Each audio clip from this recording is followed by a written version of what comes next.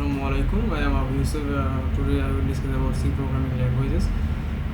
C programming language হচ্ছে আমাদের সর্বপ্রথম শেখানো হয়। প্রোগ্রামিং শুরুর প্রথম ল্যাঙ্গুয়েজটা হচ্ছে সি প্রোগ্রামিং। তো সি প্রোগ্রামিংটা কেন শিখবো, কোথেকে উৎপত্তি হচ্ছে সি প্রোগ্রামিংয়ের উদাহরণ, ডেটা টাইপ, এগুলো আমি আলোচনা করবো আজকে। সি প্রোগ্রামিংটা কেন আসলো, কেন আমরা সি প্রোগ্রামিংটা শিখবো। তো এখানে উইকিপিডিয়াতে খুব সুন্দরভাবে দেওয়া আছে সি প্রোগ্রামিং সম্পর্কে, আপনারা দেখে নিতে পারেন। তারপর আমি আলোচনা করতেছি সি প্রোগ্রামিংটা কী আসলে। সি প্রোগ্রামিং সর্বপ্রথম আবিষ্কার করা হচ্ছে ডেনিস রিচি নামে একজন বিজ্ঞানী, কম্পিউটার প্রোগ্রামার। 70-এর দশকে 1970 সালে উনি সর্বপ্রথম আবিষ্কার করেন। তো উনি এটা আবিষ্কার করেন মূলত অন্য একটা প্রোগ্রামিং ল্যাঙ্গুয়েজ থেকে অনুপ্রাণিত হয়ে।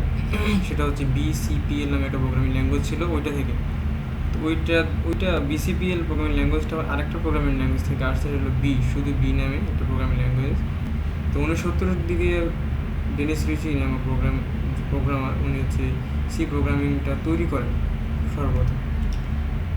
এখন তৈরি করার পর এটাকে স্ট্যান্ডার্ড উনি ANSI স্ট্যান্ডার্ড ভাবে তৈরি করতে পারেননি, সেজন্য সবার কাছে অ্যাকসেপ্ট হয়নি। তো ANSI স্ট্যান্ডার্ড পাওয়ার জন্য উনি 6 বছর ধরে এটা স্ট্যান্ডার্ড নিয়ে কাজ করেছেন। 6 বছর কম্পাইলার নিয়ে কাজ করেছেন উনি। তো অবশেষে উনি সফল হন। 1989 সালে সর্বপ্রথম উনি সি প্রোগ্রামিংটা পরিপূর্ণভাবে তৈরি করেন এবং ANSI কর্তৃক স্ট্যান্ডার্ড স্বীকৃতি পায়। 1990 থেকে উনি এটা সবাইকে ইউজ করার জন্য দিতে পারেন, অ্যাভেলেবেল থাকে এটা। তো সি প্রোগ্রামিংটা একটা মিডল লেভেল ল্যাঙ্গুয়েজ। কেন মিডল? কারণ এটা কিছু সীমাবদ্ধতা আছে, সীমাবদ্ধতার কারণে সেটাকে মিডল লেভেল ল্যাঙ্গুয়েজ বলা যায়। এটা অবজেক্ট ওরিয়েন্টেড সাপোর্ট করে না। অবজেক্ট ওরিয়েন্টেড সাপোর্ট না করার কারণে এটা middle level language.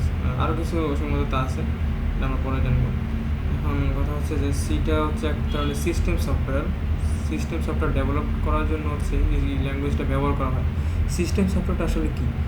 System software হচ্ছে এক ধরনের প্রোগ্রাম যেটা কম্পিউটারকে রান করতে সাহায্য করে। তো এই ধরনের সিস্টেম সফটওয়্যারগুলো আসলে কী? এটা অপারেটিং সিস্টেম, কম্পাইলার এবং এডিটর। তো অপারেটিং সিস্টেম আমরা যে উইন্ডোজ ইউজ করি, উইন্ডোজ 10, উইন্ডোজ 8, এই ধরনের অপারেটিং সিস্টেমগুলো, যেমন লিনাক্স। তো এই ধরনের অপারেটিং সিস্টেমগুলোর জন্য আসলে সি প্রোগ্রামিংটা তৈরি করা হয়। সি প্রোগ্রামিং দ্বারা খুব সহজে অপারেটিং সিস্টেম ডিজাইন করা যায় এবং সবাই যে কোনো সময় এডিট করা যায়, তৈরি করা যায় ভালোভাবে।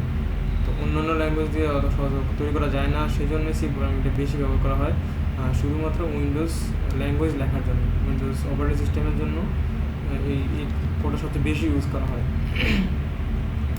তো মূলত আমরা সি প্রোগ্রামিংটা আমাদেরকে শেখানো হচ্ছে আমাদের বেসিকটা স্ট্রং করার জন্য, যে আমরা প্রোগ্রামিং শিখছি। প্রোগ্রামিং বেসিকটা কি, হোয়াইল লুপ, ফর লুপ, এই ধরনের অ্যারে, পয়েন্টার, এগুলো ভালোভাবে বোঝার জন্য আসলে সি প্রোগ্রামিংটা আমাদের ব্যবহার করা হয়।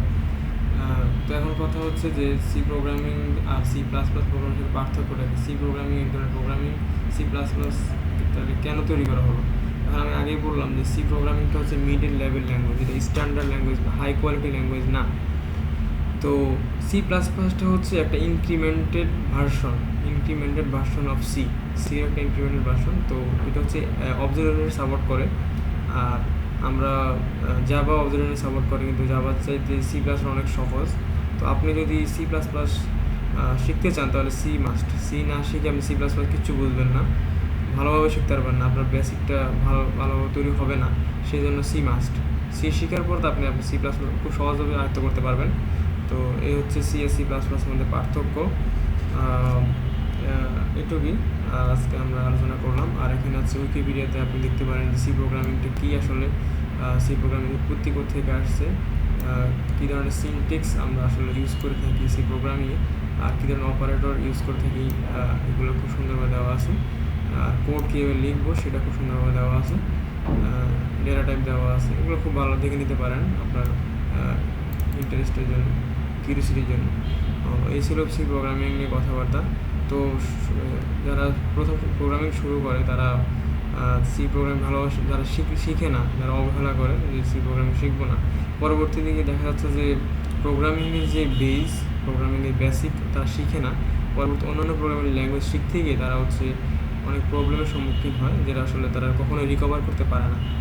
তো সি প্রোগ্রামিং শেখাটার কোনো বিকল্প নেই। আপনার বেসিক ক্লিয়ার করার জন্য কষ্ট করে হলো সি প্রোগ্রামিং খুব ভালোভাবে শিখে নেবেন।